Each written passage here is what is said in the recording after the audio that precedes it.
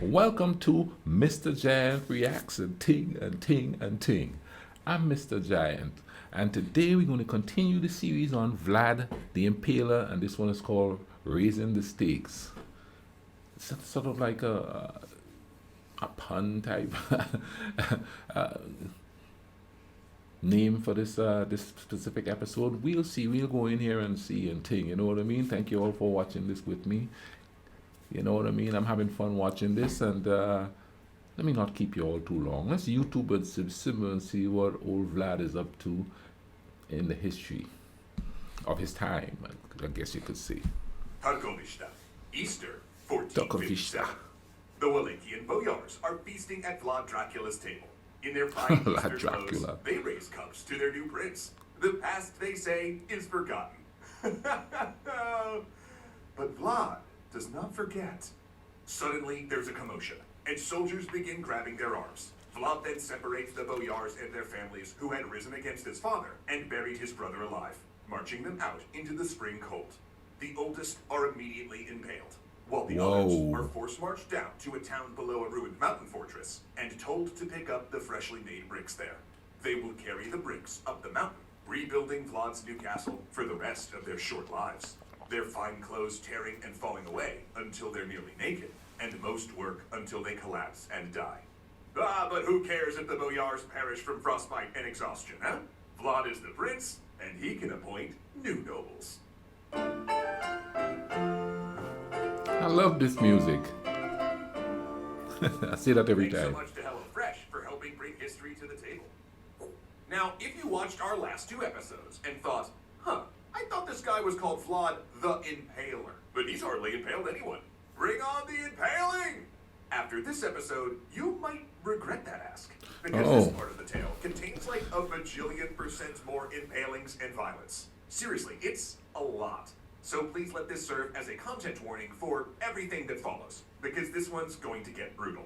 But before we go there, I want to take a slight detour and talk about state violence during this era, since it's important to understanding Vlad, his times, and how he's remembered.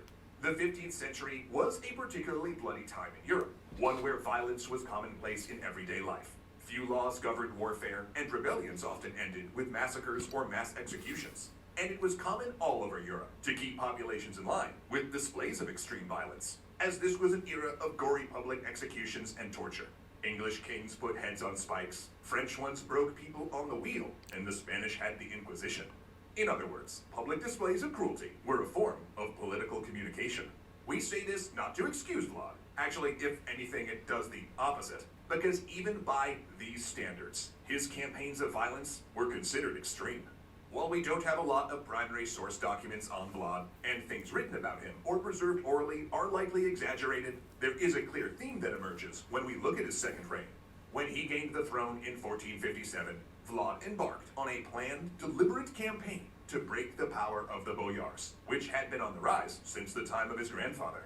In fact, the instability of the Wallachian throne was not all due to outside interventions by Hungary and the Ottomans. It had as much, if not more, to do with the Wallachian boyars, who always tried to steer the weakest candidate to the throne and increase the power of their own council. No, there's a theme I'm noticing here. Every time I watch a video on this era, in that part of Europe, or in Europe as a whole, the Ottoman Empire seems to come up prominently. You know what I mean? And yeah, I'm doing another series on Michael the Brave, or Mikai, as the commentator calls him. The Ottoman Empire was prominent in that too, you know, back in certain political sections in places where they think that would help them gain power or sustain power. The Ottoman Empire is on everywhere, man, you know what I mean? And I also did a series on the Ottoman Empire, which I will leave a link in the description so you could go watch that too, to see where they come from and all of that there. But it's really amazing. The Ottoman Empire seemed to have been like a really massive force during there. Anybody have any comments on that? Hit me up in the comment section, you know what I mean? And also in the comment section of a recent video that I did, I think it was the last Vlad the Impaler video I did, somebody said that a lot of the stories you hear about Vlad may have been exaggerated, because if you ask the people of the time that was like supported him, you would hear that he was a hero to them. You know what I mean? Like he sort of liberated some people. And the whole story of him being a Dracula and all of that, this vicious person, most more than likely was exaggerated. Like for instance, Napoleon. Did a series on Napoleon also. I'll leave links for that there too. And I always thought Napoleon was a short man. But as far as watching the videos and some of the comments coming in the comment section, they said he was like an average sized man for the time. So he wasn't exactly short, through their standards. So that goes to show that the history that we get, depending on what side you're on, will sort of disparage or try to dilute the history that is really there to make one side look good and one side look bad. So that's why you have to, for me, I like to read the history from both sides and figure out what is exaggerated and what isn't, so that I can get a full understanding of how human beings react to situations. Let's get back to the Vlad, video. on the other hand, tended toward the aristocratic, centralized version of power that was on the rise in the Renaissance. In Vlad's mind, it would be he who controlled Wallachia, not the boyars and not the church. And the only way to keep the throne would be to become as powerful as possible. You can judge for yourselves, he explained in a letter to the Transylvanian town of Brasov. When a man or prince is strong and powerful, he can make peace as he wants to. But when he is weak, a strong man will come and do what he wants to him. His first act was to purge the boyars of any deemed unfaithful or ambitious, frequently executing them via impalement. Between 1457 and 1461, he replaced all but 2 boyars in his royal council, a body that rarely changed, even as the prince did, suggesting he likely surrounded himself with loyalists. Those loyalists came from a lower strata of the boyar class, while others were mercenaries or followers from his exile in Transylvania. Basically people that owed their elevation directly to Vlad, and who often had no previous ties or allegiances in Wallachia. And the wealth and land that Vlad gave them had, conveniently enough, been provided by their predecessors, who didn't need it anymore. He also instituted a campaign of terror in order to enforce public order. Now, we have to be cautious when discussing this, since first-hand records about his domestic massacres are lacking, and those written by outsiders, based on reports within the country, likely include some exaggeration. But even Romanian oral traditions that are kind to Vlad, casting him as tough but fair, still emphasize his extreme cruelty. Thieves were beheaded, unfaithful wives skinned alive, lazy peasants impaled, Wow. Roma people forced into the military or boiled alive. A Romanian folktale tells of how he threw a banquet for beggars, then locked the doors and burned the hall down Wow. to stop them burdening the state. And several accounts discuss him impaling priests who did not show him suitable respect. In another story, 2 diplomats, in some versions representatives of the Ottomans, in others Genoese Italians, once said it was against their custom to remove either their turbans or skull caps before Vlad. So, he supposedly honored this tradition by having their head coverings nailed to their skulls. And while we can't verify the truth of all these stories, they all share common elements. They portray a ruler who is trying to assert not only his own authority, but who wants to enforce a strict moral code, emphasizing hard work and deference to authority. They also suggest a tendency towards sadism. But the massacres reached a new height when it came to the Transylvanian town of Brasov, which he had wrote to early in his reign, promising his protection if they agreed he could retreat there in the event of being dethroned. The relations between Vlad and Brasov got rocky fast. See, Brasov was the center of German Saxon settlement in Transylvania, and a major location for trade and manufacturing. And while it happily sent Vlad artisans, it was also under pressure from Hungary, who by this point realized Vlad was not going to be a Hungarian vassal, to throw their support behind one of Vlad's relatives instead. 2 of which, just happened to be hanging around Saxon Transylvania, waiting for their moment, including Vlad's half-brother, Vlad the Monk. Because again, this series needed more guys named Vlad. Vlad kept up the dance of diplomacy with the Transylvanian Saxons for a couple of years, ordering them to expel the pretenders and occasionally carrying out reprisals to make it happen. But by 1459, when the Saxons recognized a third pretender, his patience ran out. He rounded up 41 Brasov merchants living in Wallachia and impaled them. Then he had 300 other Saxons burned alive, claiming that some were spies. Then he led a two-pronged attack into southern Transylvania, burning towns and attacking the outskirts of Brasov before withdrawing. This attack killed thousands and remains one of Vlad's most infamous acts. In retaliation, the Saxons of Brasov threw their full support behind another one of Vlad's relatives, Dan the Pretender, to make a try for the throne. Dan the Just from Pretender. The fact that history remembers this guy as the Pretender, you could probably guess that did not go well. Captured after a brief battle, Dan supposedly knelt while his grave was dug in front of him. Wow. All the while, a priest conducting a burial service while the terrified man was still alive. All of which climaxed when an executioner's axe fell, dropping the Pretender's head into an open pit. 3 years into his second reign, Vlad had, through utter brutality, achieved many of his goals. He terrorized the boyars into submission or replaced them, strengthened his power, and created a spectacle of gore so incredible that both pretenders to the throne and foreign enemies along the border would think twice about trying to unseat the son of the dragon. And so he turned to foreign policy, the Ottomans. Though Vlad started his reign by paying Mehmed financial tribute, that first payment was the only one he'd sent. And by 1461, he was 3 years past due, and Mehmed was looking for a meeting to clear up the diplomatic frostiness. Another thing I'm noticing here about the Ottomans is that these leaders come up and they have tenuous at best relationships with the Ottoman, paying them, dues, for lack of a better word, you know what I mean? Same thing with Michael the Brave, you know? He had that sort of rocky, tenuous relationship with them.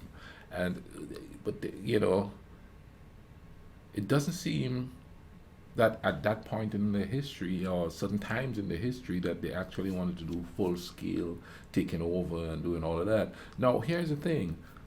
Both Michael the Brave and Vlad seem to employ extreme measures to get what they want. They'll go in and destroy and, high taxes, as Michael the Brave did.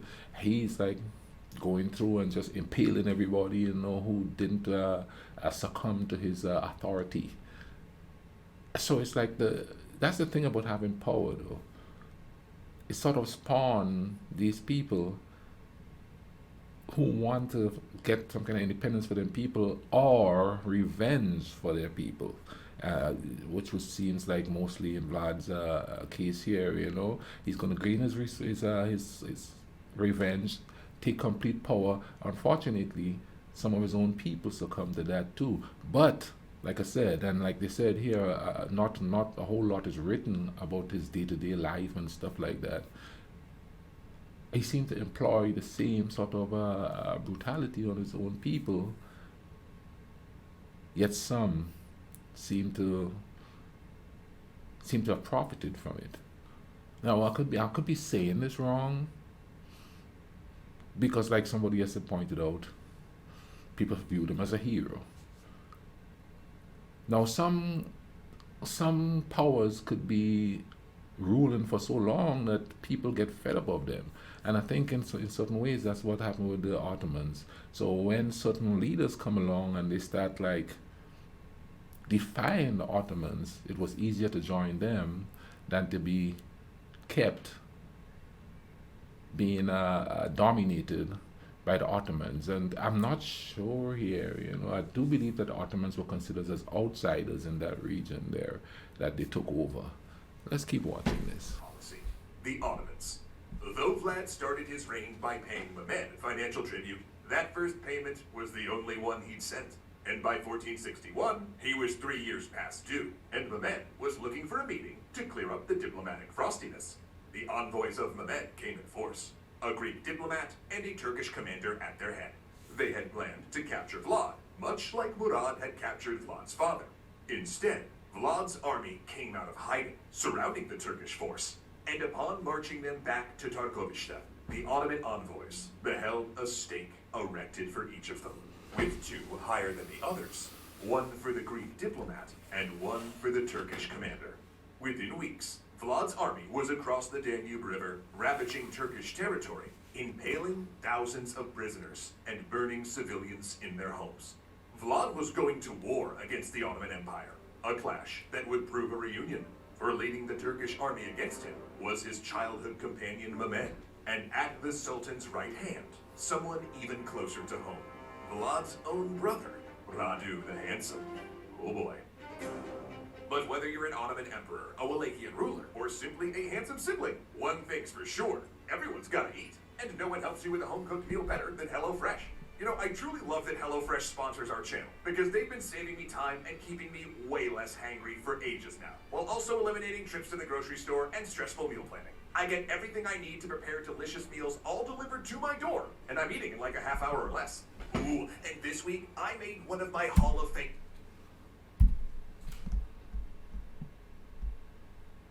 Vlad the Impaler, because apparently there are several other Vlads running around, but he seemed to be using absolute and total violence to get what he wants. Now, once again, that is what the leading stories on him is, you know what I mean? Because I'll be honest, I've heard about Vlad the Impaler before, and all I've heard is all the vicious, nasty things that he's done. But thanks to extra history here, we're getting a little bit more insight into the reasons why it came to that point. Revenge seemed to be like one of the main causes of him going hard as he did, according to what the young people say. He's going hard on that. But this is quite interesting. I'm very interested in seeing what the next episode is going to be. It's going to be episode 4 coming up. I'll leave links in the description to episodes 1 and 2 that I've already watched, and it's quite interesting to tell you. So, you know, check it out. You understand what I mean? And I'll also leave a link to this video in the description, so you guys could watch the full video on your own. But you know what I mean? I have another question. Who came up with this idea of impaling people? I want to know if this is a Vlad original, or if it's something that was done before and he just took it and used it quite effectively, according to the history that we're seeing on the gentleman here. Anyway, man, y'all, thank you all for watching this with me. And hey, I'll leave links in the description to 1 and 2, like I said. Go ahead and check them out so you can get a chronological understanding of what's going on here, okay? Y'all take care of each other, all right? Make life cool runnings.